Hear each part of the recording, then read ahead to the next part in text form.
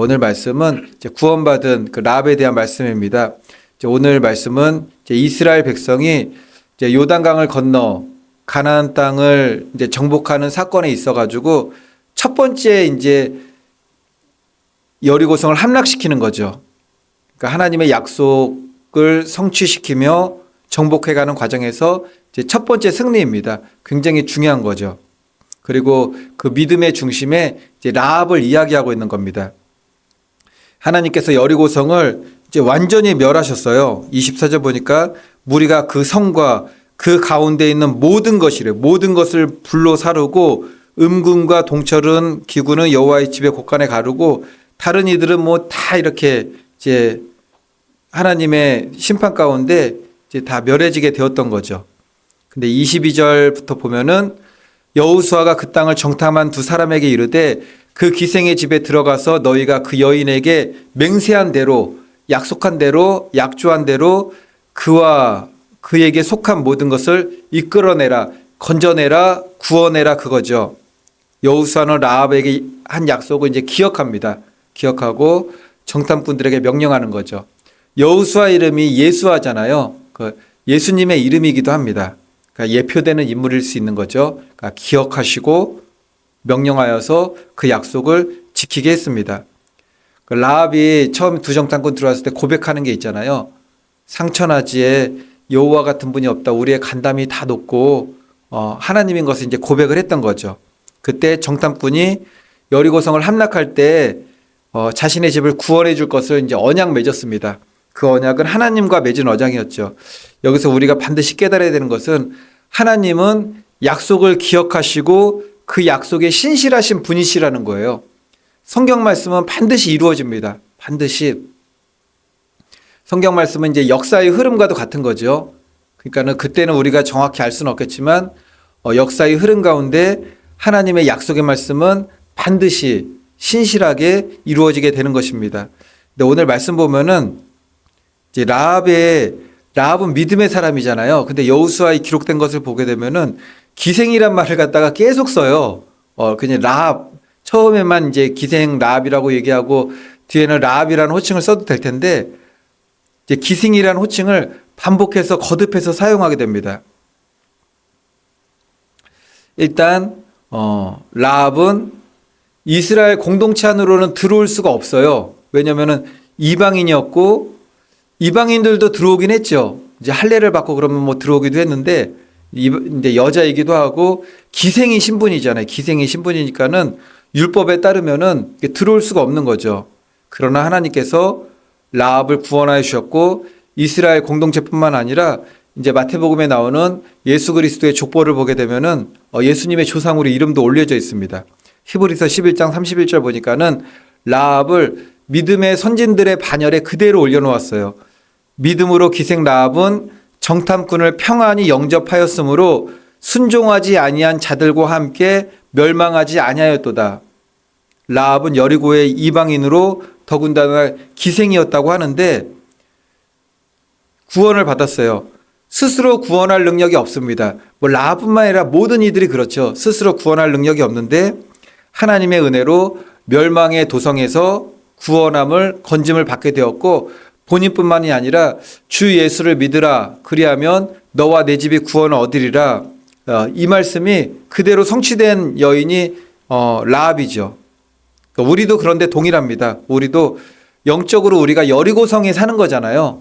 여리고성, 죄악의 도성 여리고성에 사는데 그럼에도 그런 세상 속에서 살지만 믿음의 사람들은 하나님의 심판 가운데도 반드시 구원함을 받는다는 거죠. 여리고성이 그냥 무너질 때 함락될 때 구원받았어요. 그러니까는 기생 라합의 집이 분명히 그 절벽에 그 성에 있어가지고 밧줄을 내린 걸 보면은 그 성벽 위에 있었던 건데 7바퀴 돌고 함성을 지르고 막 나팔을 불 때 다 무너져 내렸는데 그 집이 무너져 내리지 않았던 것이 너무나 이게 하나님의 능력인 거죠. 그 집만 이렇게 보존되었던 거죠. 마찬가지입니다. 어느 시대나 할지라도 우리가 마지막 때에 대한 두려움을 갖는 분들이 있어요. 그렇지 않습니다. 하나님의 자녀들 예수 그리스도를 구주로 영접하고 정말 신실한 믿음의 길을 갔던 사람들은 여리고성에서 라합의 집을 보존하시고 또 라합과 라합의 집을 구원하신 것처럼 하나님께서 반드시 구원하여 주시는 겁니다. 그 약속을 믿고 하나님은 구원자죠.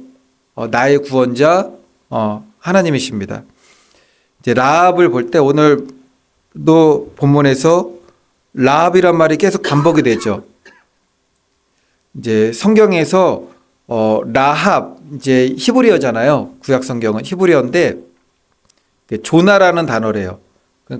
이제 그대로 번역하면은 말 그대로 기생이니까는 매춘부 창녀 이렇게 번역이 되긴 하지만 문맥에 따라 가지고 이제 여러 가지 견해로 크게 이제 세 가지 견해로 나눌 수가 있어요. 고고학적으로 역사적으로 어떻게 나누냐면은 우리가 성경을 이해할 때 그러니까 지금 2025년 저는 이제 1975년도에 태어났으니까는 이제 1980년도에 초등학교를 다녔으니까는 그때부터 1980년대 초등학교를 다닐 때부터 아니면 그 이전부터 이제 좀 생각을 할 때부터 지금까지 2025년까지 살아온 세월 동안에 우리나라의 삶에 대한 지식을 가지고 성경을 이해하는 경우가 많죠. 그러니까는 창녀 그러면은 매춘부만 생각을 하는 겁니다. 매춘부만 생각하는데 성경에서는 창녀가 또 종류가 몇 가지가 있어요.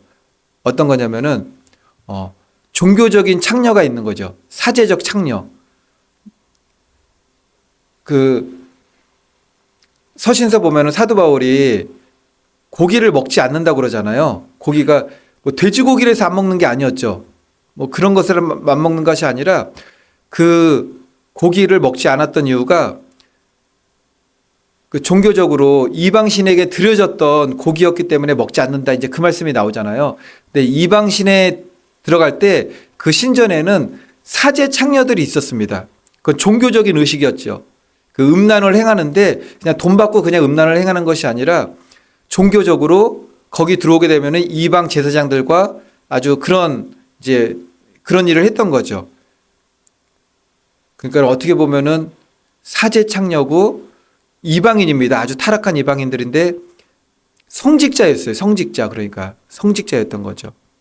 그러니까 여기서 우리가 생각할 수 있는 것은 일반적인 그런 기생의 신분을 이해할 수가 있고 또 하나는 종교적으로 또 하나는 여관 주인으로 해석을 하기도 해요. 고대 고고학적 자료를 보게 되면은 기생이라는 단어가 여관이나 이제 하룻밤 묵고 가는 그런 곳에 손님을 받는 주인을 이야기할 때도 기생이라고도 얘기를 했대요. 그러니까 여관집 주인.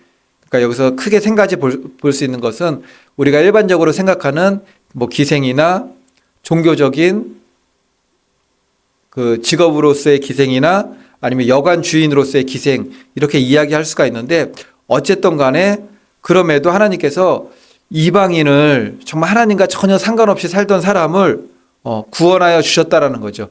구원은 오직 믿음으로만 받는 겁니다. 믿음으로만. 이제 24절 말씀 보겠습니다. 무리가 그 성과 그 가운데 있는 모든 것을 불사르고 무너져 내리든지 아니면 남아있는 집 같으면 다 불사르는 거죠. 근데 라합은 그런 심판 가운데 구원을 받게 되었습니다. 그리고 라합뿐만 아니라 라합이 데리고 들어왔던 라합의 가족들도 이게 살아남게 되었다라는 거죠. 구원과 심판이 대비되어 같은 장소에 있습니다. 같은 장소에서 한 곳에서는 심판이 벌어지고 한 곳에서는 구원의 은혜가 베풀어졌습니다.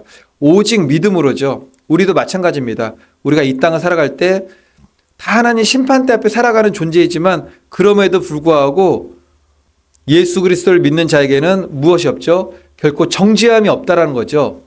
정죄함이 없다라는 것은 죄인으로 정죄받아 영원한 심판에 던져지지 않는다는 것입니다. 영원한 심판이 아니라 영원한 생명 가운데 거하게 된다라는 거죠. 그리고 오늘 말씀 중에서 가장 은혜로운 말씀 중에 하나는 25절 말씀이에요. 25절 제가 읽겠습니다. 여호수아가 기생 라합과 그의 아버지의 가족과 그에게 속한 모든 것을 살렸으므로 그가 오늘까지 이스라엘 중에 거주하였으니 이는 여호수아가 여리고를 정탐하려고 보낸 자들을 숨겼음이었더라. 앞에 나온 말씀은 라합과 그의 가족들이 구원함을 받았다라는 것과 또 하나 너무나 은혜스러운 것은 그가 오늘까지 이스라엘 중에 거주하였으니 이건 무엇입니까? 라합과 그의 가족이 이스라엘 공동체 안으로 들어왔다라는 거잖아요. 이스라엘 백성이 되었다라는 겁니다. 뿐만 아니라 예수 그리스도의 족보에 오르게 되죠. 마태복음 1장 라합은 메시아의 계보에 오르게 됩니다. 라합이 이제 라합의 아들이 있는데 굉장히 유명한 아들이에요. 룻기에 나오는 그 이삭 줍는 룻하고 결혼하게 되는 예수 그리스도의 계보에 오르는 그 사람의 이름이 누구죠? 보아스예요. 보아스. 보아스의 엄마가 룻입니다. 아니죠. 보아스의 엄마가 라합입니다. 보아스의 엄마가 라합이에요.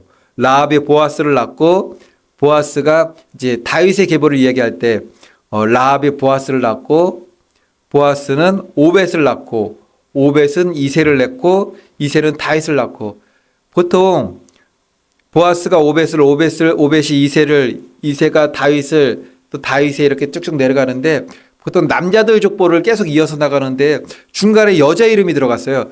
라하스는 보아스를 낳고 또 나중에는 이제 또 룻도 나오게 됐죠. 이것이 복음의 능력입니다. 복음은 단지 우리를 구원할 뿐만 아니라 회복시키는 거죠. 하나님의 자녀로서의 회복입니다. 하나님의 자녀로서.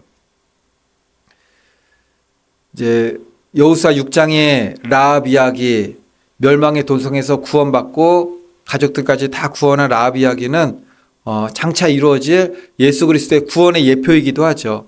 그리고 여리고성은 여기서 이제 상징을 굳이 한다면은 여리고성은 결국 심판받아 무너지게 될 이 세상을 죄악된 세상을 상징합니다.